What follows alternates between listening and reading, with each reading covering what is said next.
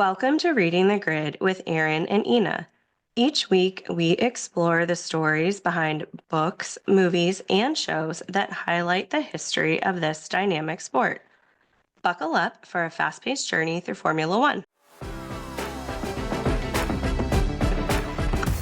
Now let's jump into it. This year's Grand Prix brought the heat on and off the track. The weekend featured the second sprint race of the season. Rookie phenom Kimi Antonelli became the youngest driver to claim an F1 pole. A rain-soaked sprint race delivered shocking DNFs, surprise strategy calls, and a McLaren masterclass where Lando Norris emerged victorious after benefiting from a well-timed safety car amid wet conditions. Oscar Piastri, who led most of the sprint, finished second, while Lewis Hamilton secured third for Ferrari. The 2025 Miami Grand Prix was a showcase of McLaren's dominance, with Oscar Piastri clinching his third consecutive victory, being only the fourth driver in F1 history who achieved this distinction, extending his overall championship lead to 16 points over teammate Lando Norris. Piastri's win was particularly impressive as he started from fourth on the grid and overtook pole sitter Max Verstappen by lap 14. He also got a very deserved driver of the day. The race concluded with a McLaren 1-2 finish, followed by George Russell in third for Mercedes, which was mostly due to the tire strategy and a timely safety car. The Grand Prix weekend wasn't without controversy. Elbows were out, and there were some fantastic overtakes, a few safety cars, a couple inconsistent penalties, both in the sprint, where the finishing order was affected, and the main race.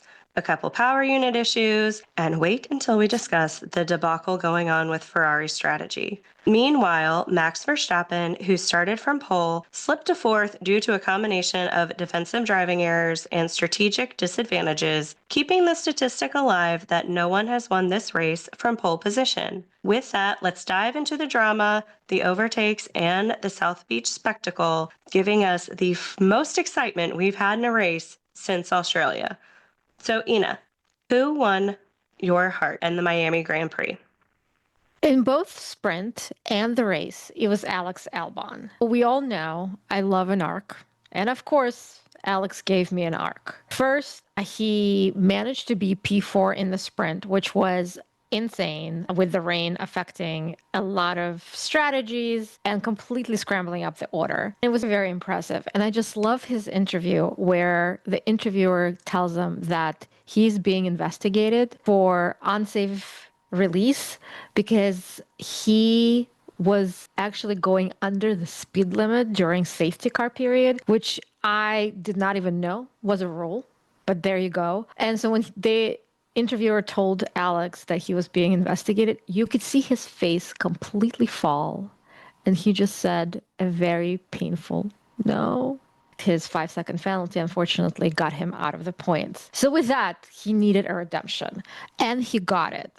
My favorite moment, where he finally discovered his inner bastard. Alex Albon has the reputation for being the nicest guy in the grid. However, in this race, when his team told him to hold position, Alex did not listen, overtook Sainz, and ultimately ended up P5. I think that was great. I watched the post-race interview on F1 TV, and they asked Albon about it. He made it sound that it was very coincidental that he didn't hear the radio message until he was in the process of already overtaking Sainz. Excellent take from him. Do not believe it for a second, but good for him. I didn't either. I thought that was great for him. I love that not only did he went against the team's wishes and actually made the strategy look fantastic. As far as who won my heart in Miami, I'm not going to give it to a driver. I'm going to give it to Miami's track. Has Stroll come back to wooing you, given his performance in the sprint? He started wooing back in the sprint, and then it all fell apart again in the race, which was unfortunate. But I loved having the sprint this weekend. It was fun because you had Kimi on pole, Lando take it, even though Oscar led it. Neither one of our predictions came true at all. You thought Max was going to take it. I thought a Ferrari, either one of them were going to take pole in the race. The penalty, very justified, because it ruined his race, it ruined Antonelli's race. Max ran into him in the pit lane and was penalized 10 seconds, which put him last of the drivers who finished. I thought that was appropriate. But in terms of the sprint, I just think it's hilarious. Lando won because of a safety car. Because that's exactly how he won last year. And I like the main race where Max was undone by the safety car and George Russell pitting and getting ahead of him on the track. And he just said, that's racing. Like, he didn't take a very negative view of it or woe is me attitude. He just accepted it because that's how racing goes. Well, that's how it goes sometimes. He's had the benefit of the safety car many times over. Russell got the benefit this go round. And I was glad that when they investigated in the main race, that first turn, they considered it hard racing. I don't think there was a penalty there. I don't. Really? Yes. Okay, I think he pushed Lando off. I mean, the stewards, they're super inconsistent. They are. So I just wish they would clarify the rule. Because to me, it seemed exactly how Lando actually presented it on the radio. He left me no room. I was either going to crash into him or crash into a wall or give it up. My thinking of it now has changed because I think if he accepted being second at that moment, he actually would have kept his position and would have moved up. Because if Oscar could do it, so could Lando. I think he got really ambitious at that moment. But I do think, unfortunately, whether it's on the limit of being defensive, that's Max's style. He loves to push people off. It seemed to me watching it that he did push him off. But one thing I have to say to Lando, bring out your inner bastard. Crash into him. You know what? That's what Lewis did in 2021. That's what Lewis did. Yep. He did it once, he did it twice, and Max got the memo. So maybe Lando should sacrifice some points. I know it's hard because his teammate is doing so well. But it's one of the things that I think is very clear. Max races them differently. He does. He respects Oscar, and he would not push him as much as he does Lando. So Lando has to do something to change that dynamic. It's the same with Charles. He races Charles different. That's because they had so many incidents over their career before F1 that he got the memo there too. It's like punching the bully in the nose. I do agree with you. I think Lando's got to do something to say, hey. My point is, I don't get that this is turn one incident. If it happened at a later lap, I bet he's getting a penalty. So I think he should have gotten a penalty here. Ultimately, I don't think it would have changed anything in terms of results. But again, it's the inconsistent stewarding. I think for turn one, they have been fairly consistent on that one just because it's such a short dash to get to that turn, especially in Miami. Well, true. They didn't penalize Oscar last time. Right. However, they penalized Max when he retained the advantage. Who broke your heart? There's a number of them for me again. Okay. Well, for me, I specifically did not choose the obvious suspects because I think they deserve special discussion. They do. For me, it was Ollie Bearman. I don't understand what is happening with him because he qualifies last, how many races now, which is very concerning. Yes. And then he usually makes it up in the race. Well, lo and behold, in the sprint, he did move up, but then, of course, he had a penalty. It's so funny because the 4 people who got penalties in the sprint, 2 I was against, but I like those drivers, and 2 I totally agreed with, and I think it's because how I feel about the drivers. So yeah, Bearman and Albon, my God, why did they have to suffer? But Max and Lawson all deserved all the time. But yeah, he got a penalty. He lost out on points in the sprint. So I thought, okay, redemption time. And again, he qualified last in qualifying. I thought, moment of truth. You have to do something in the race. And granted, his machinery completely let him down, but he wasn't doing anything special. At one point, 13th, which he started 19th. I'm disappointed. Bearman is capable of amazing highs, but also very low lows. So it's this part of his inconsistent streak, which I hope he irons out. So for all those reasons, he broke my heart. Understandably, because I think they're all justified. Everybody wanted Ollie to do better this season. He seemed to start strong in his going in the opposite direction. For me, I know it's a top 4 team, but Kimi Antonelli crushed me this weekend. I was hoping he was going to do better. I was excited he got sprint pole. I wanted him to get on the podium. It's exciting to see such pure raw talent from him. It's only his 6th F1 race, and he's done phenomenal. He's been the best out of the rookies. I just want to point out that he's also in the best car. Yes, that of the helps. rookies. Yes. That helps. And second of all, I honestly think it's everything that happened in the sprint is a learning lesson. And speaking of finding his inner bastard, I can't wait until he does, because he was very adamant that Oscar pushed him when he was told, like, no, that was considered, turn 1 incident. He said, good to know. So that revenge is coming. It's coming. It is simmering. And then, of course, with Max plowing into him in the pit lane, we don't know what would have happened. Nope. I think for the sprint, he did his best. There were definitely flashes of brilliance and flashes of still being raw and new, but I love the fact that he got the pole. The other one who broke my heart is Jack Doohan. He finally outqualified his teammate, and then freaking Liam Lawson taking him out. We didn't even have a chance in the race. I hated that for him.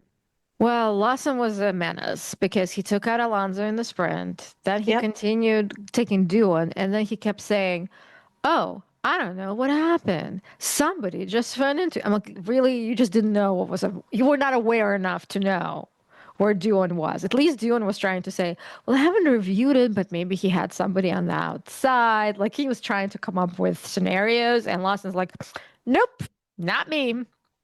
I know. I feel like he hasn't had a fair shake this season, and that just stinks all around. But I'm afraid to even ask. Ferrari. Well, let's count the blessings. Lewis got 3rd in the sprint due to good strategy. So not the words I thought I would ever say about Ferrari. Also, some of his radio messages have already become iconic. They're the greatest part of the race. I wouldn't say the greatest, but after the first 20 laps, that's what made it fun. When they're like, Carlos Sainz 1.4 behind, oh, you want me to let him pass too? I literally laughed out loud. That was perfect sort of sarcasm, but I don't know if you heard that apparently Fred Vasseur visited him. We don't know what was said. It could have been an admonishment. And according to Lewis, he replied, oh, you shouldn't be that sensitive, which implies that he was reprimanded for how he talked on the radio. I don't know which part really irked Ferrari the most. Is it when he said, are you going to have a tea break when they took forever to decide whether to switch? Or the infamous, you want me to let him pass too. But one of these things really irked Ferrari, so that's an issue. My guess it's the one where he said, this isn't how a team operates. He didn't say that. He said it's not good teamwork, which I thought was a dig at Leclerc, and I did not appreciate it. I didn't take it as a dig at Leclerc. I took it as... He literally said he asked to switch positions in China, and now he expected it back. I mean, it probably directed at both. That was his engineer and the team. I don't think that was Leclerc. It was fair. Like, he said, in China, I was not the fastest, so I gave up position. Now I feel like I'm the fastest. Give me position. So that seemed perfectly reasonable. The challenge came in. It took them 3 laps to make a decision. Well, that's the thing. We may disagree on this. I think Ferrari did a lot of strategic mistakes. I think they should not have pitted him first. It should have been Leclerc, because hard tires always take longer to warm up. So he needed more time. And plus, when they pitted him, the virtual safety car ended. So that timing was all wrong. I think they should have done what McLaren did, which is double stack and call in Leclerc first. Second, I don't think they should have switched position in the first place, because Sainz was still within DRS zone. So while they're switching, there's a possibility of Sainz passing them. So I get that fear. But if they kept for 3 laps deciding whether to switch, at that point, they should have realized the advantage no longer existed. So there's no reason to switch. Because, of course, at the time they switched, Lewis's tires started to go off. And finally, Leclerc started to come in, but they're in the wrong order. I love the radio when they asked them what you can do with your tires. And he was so honest. He's like, I honestly don't know. He was getting closer and closer to Antonelli. So if he was switched earlier, he could have gotten there. I doubt it, but I think he deserved the possibility. I feel like Ferrari went off the deep end with when to pit, who, and the switching of positions because they didn't react quick enough. And the way I saw it, they actually had Lewis dictate the strategy, which is fine, but then go with that. Like switch him immediately, do everything that Lewis said. But They they took should have what, switched him immediately. That was but the when they problem. didn't, then there was no point to switch. That's my point. I was very frustrated because they should have. He was on mediums. They were the better tire for that track for the weekend. Everyone on mediums was doing really well. The medium tires were even having extended life more than normal.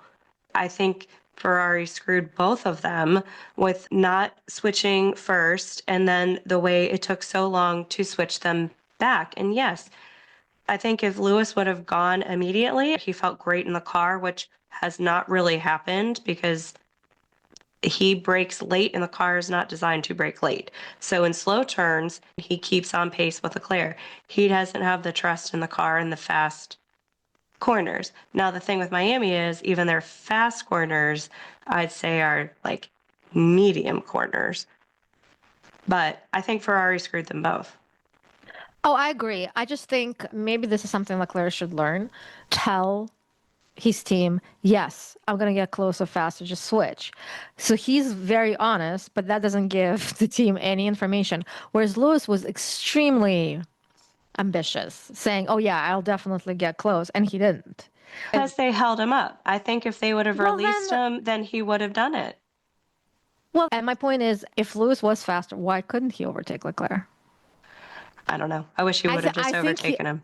Right. I think he wasn't fast enough, but he's so confident in his abilities that he thought, doesn't matter. I'm still going to get close to Antonelli. And again, if they switched him right away, we don't know. Maybe he was right. Another telling radio was when they tell Leclerc they were going to switch. He actually said there is no point, which I thought was hilarious because again, he's very honest and he's right. Like it didn't really change anything in the race, but of course he's not going to decline the switch if it was offered to him. They should have switched back because Hamilton didn't get close enough and Leclerc was in front of him. I understand why they switched back. I just wish they would have switched him earlier. But I think it goes to a broader question that's been raised about Fred. I don't think he's doing the best job on strategy and development, even before Hamilton got there. I agree. There's a few different components. The culture at Ferrari. Fred inherited the same organization that Mattia had.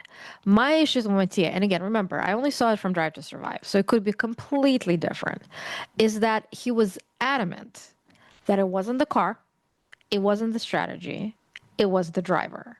In fact, he emphatically said that. Now, Fred has implied it on occasion, which I disagreed with. Ferrari, there's very entrenched issues that they can't solve overnight. They need a lot of overhaul of personnel. The biggest issue for Fred is that he's trying to appease both drivers, and it's not going to work. It's not going to work at McLaren when it ever comes to that, where they have to decide who prioritize. And it's not working now. Granted, they don't want to choose who to prioritize, and maybe they should, maybe they shouldn't. But my point is they have to be more assertive as a team. Because look at what happened to Red Bull. My favorite part was when they filed a protest of George's lifting. Oh, lifting? Yeah, when GP told Max, yeah, he lifted. Right. And yet they went with the contest because I think they're afraid of Max. And so they're like, we're just going to do whatever Max wants us to do. But at least they know who to prioritize. Like, they're not going to listen to Yuki. It's all Max all the time. I think Ferrari need a clear strategy in general. And I don't think it's the drivers. It seems to be the car. And if you listen to Hamilton's post-race interviews, we know what the issue is. We're taking steps to fix it, but it's not happening fast enough. I would love to know what the issue is. The issue is obviously with the car, which is just not fast enough. Most of the hype this season has really been between McLaren, Max, Mercedes, where Ferrari stands in the mix seems to be a pretty solid 4. Let's read the rest of the grid, starting with the Lego Drivers Parade. Such a fun change up, and I think all of the drivers loved it. They had so much fun. I was waiting to see if there was a radio call come in about a Lego puncture, because if you step on those, they're the most painful thing ever. So I could only imagine what damage they would do to a tire. But what was your take on the Lego Drivers Parade? I thought it was adorable. I would do it every race if possible. Lance Stroll might have had fun, but he didn't look it, which is unfortunate because even Lewis let go. Obviously, he has a whimsical side to him, of course, but I'm just saying, like, the race is coming, but they all seem to revert back to their childhoods, which were not, for some of them, were not that long ago. I mean, Fernando Alonso looked 20 years younger. Like, he was having so much fun. And I just love how seriously they took the race, like plowing into each other, strategically deciding on the corners. One amazingly adorable moment. Yuki kept telling him that, okay, I'm going to be your child. Treat me like your baby. And it was hilarious because Max like, yep, will do. And I'm like, that's perfect. They truly had a great time. It was Yes. so fun to see the genuine joy on their faces, driving around, racing each other. I loved it. Whoever came up with that, kudos to you. Hand clap all around. That was so much fun. The question I had was, so it seemed like all the experienced drivers were driving with the second driver behind in their seats, except for Lewis. So I just thought that was interesting. Why was he not driving? Is it just because it's not his thing, or he doesn't really drive unless it's, points on the line? I can't imagine Hamilton not wanting to do that, because I feel like he's a big kid at heart. My guess is they had to have a contest, or maybe he lost the chess match and Leclerc won, and that's who determined who drove the car. But he looked like he had so much fun being driven around. Obviously, Red Bull, if Max wants it, he gets it. There's no coin flip. What about the Yes. rest of it? Was there another coin flip? It just happened to go into the more experienced driver's hand. It's a mystery that I'm just like, let's do this every race so I can just judge based on who drives now. Are they switching? What's going on? I don't know. I never heard any commentary talk about how the driver was chosen or anything like that. So I don't know That's how they why came we're up with here it. to point out the missing pieces. This is Literally. a missing piece. My guess is Leclerc beat Hamilton at a chess match, or maybe Leo outran Roscoe. Something fun probably happened as far as like a team friendly competition for who got to drive. That's how I envision that going. Fair enough. Williams had a great race. The car performed really well. And it was interesting to hear them in the post-race interviews. They were like, we don't expect that to happen in Imola. It's very curious to me how certain cars do really well on some tracks versus others. But it was good to see Williams have such a solid race. I think James Vowles has done a great job with that team. I am glad that Williams is finally behind Ferrari, though, in the constructors. That was a little concerning when they were actually ahead of them at one point this year. Mercedes, George got pretty lucky with the safety car and his positioning to help get him onto the podium. We talked a bit about Kimi Antonelli from sprint qualifying, although what would happen if he gets on the podium, I think, is one of the cutest comments he might have made, other than Toto Bear guarding his trophies. Yeah, I just love the fact that he was going to bring Bottas to drink champagne for him, which I thought was adorable. Wish we could have seen it because that would just be the pinnacle. And just shows you, I think, how adorable that relationship is. I wish we could see more of that too. I know. I like Bottas. I love his social media. He's doing a great job as the brand ambassador for Mercedes. He's bringing some great content. We talked a little bit about Aston Martin. You asked if Stroll wooed, where the wooing status is. I gotta say, they have had a rough couple of races. They're horrible. I didn't think they would be the worst team, but they might have been in Miami. And I just thought for Stroll, it was a little bit of justice because Max did impede him. And for Stroll to finish P5 partially due to the fact of Max's penalty in the sprint. It put the whole sprint portion of it in the right direction. And then, of course, everything was undone in the qualifying and the race. The fact that Alonso was with him, but ahead, and not by a little, is an issue. I have to give Stroll one more commendation. All right, let's hear it. In every race this year, maybe I'm exaggerating, but in most of the races this year, there was a moment when Oscar Piastri has to lap Stroll. And inevitably, Stroll does not move away. Nope. This time, he did it quickly. He did it quickly. He did. It was great. I know they said blue flag, he's going to lap Stroll. I was like, oh man, are we going to see him stay out in the middle and block? But he moved right over. He's learning. I love that for him. Maybe that means there will be hope he won't end up in the gravel anymore. Let's hope. I'm not 100% sure, but let's hope. Did you see Alonso spun out but recovered? Yeah, I don't know what's going on with him too, because he's better than this. Although my favorite Alonso quote this whole weekend was when I think he congratulated Max on Instagram for the birth of his daughter. And he said, I can't wait to race Lily. That's a pretty good quip. He's very funny. Do we talk about Sauber? There's not much to say, although I did feel bad for Hulkenberg. I honestly don't know what hope there is, because at least Aston Martin can say, well, we have Newey, and he's working on 2026 car. What does Sauber have? We have Audi. But I was surprised that Bortoleto had the power unit issue right after Bearman had a power unit issue. Which is rare nowadays to see the issues. And I'm like, I understand why Haas would have an issue, because they're always famously cash-strapped. But Sauber? I don't know. Yeah, that one threw me for a bit of a loop. We are into another triple header. We finished Miami with our second sprint. They are headed for their first European race. Who's going to get pole at Imola? Based on the fact that Red Bull is definitely bringing upgrades, this is the track that Red Bull are good at, and it's not going to be as hot as it was in Miami. So based on all these factors and the fact that he's been amazing in qualifying, I'm going to go with Max. Okay. I think those are all fair arguments. I will not pick the same. I say George Russell gets pole at Imola. George Russell will be very grateful to hear that. Who is getting P3? I'm not sure, because I don't remember last race at Imola being that interesting. I just know that Lando kept getting closer and closer to Max, and that's when everyone got excited, because it seemed like there's now a championship fight.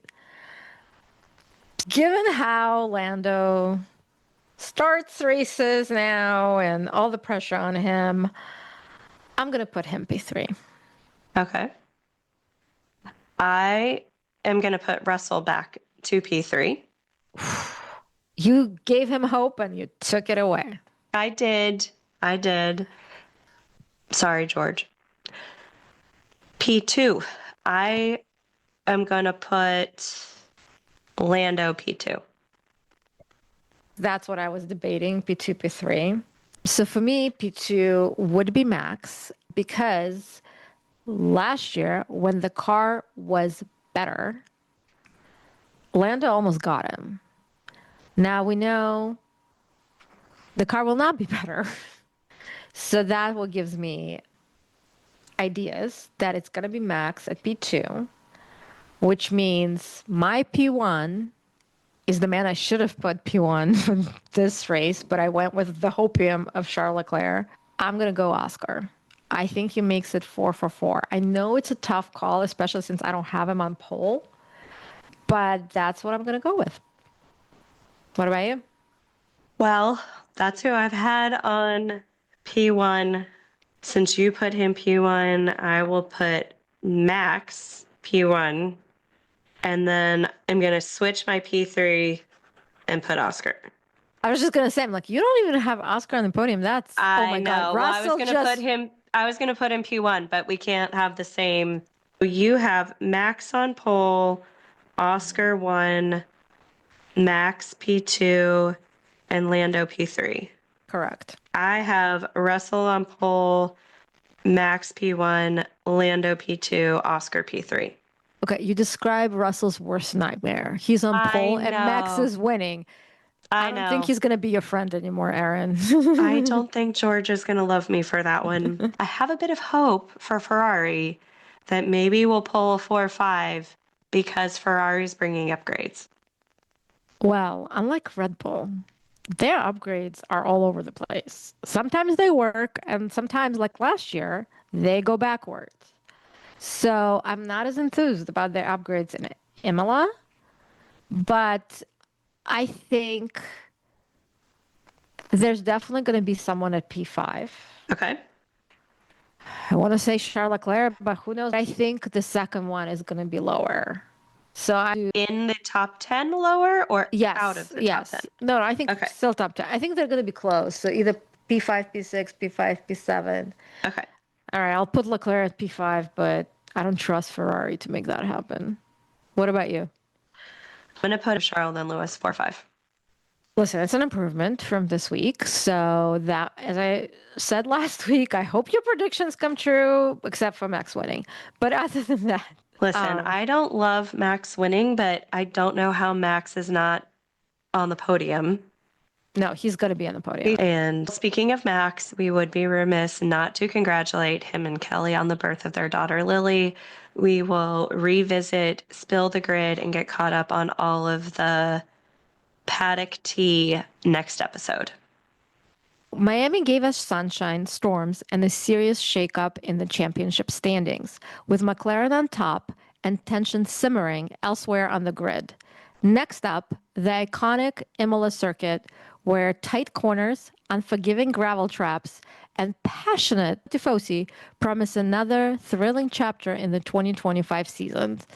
And we will test Erin's theory of Lance Stroll not ending up in the gravel. I'm hoping he learned his lesson. That's our hopium for Imola, because we're not banking on it for Ferrari. Sorry, Tifosi. Thanks so much for hanging out with us. If you enjoyed this episode, don't forget to hit that subscribe button so you never miss an update.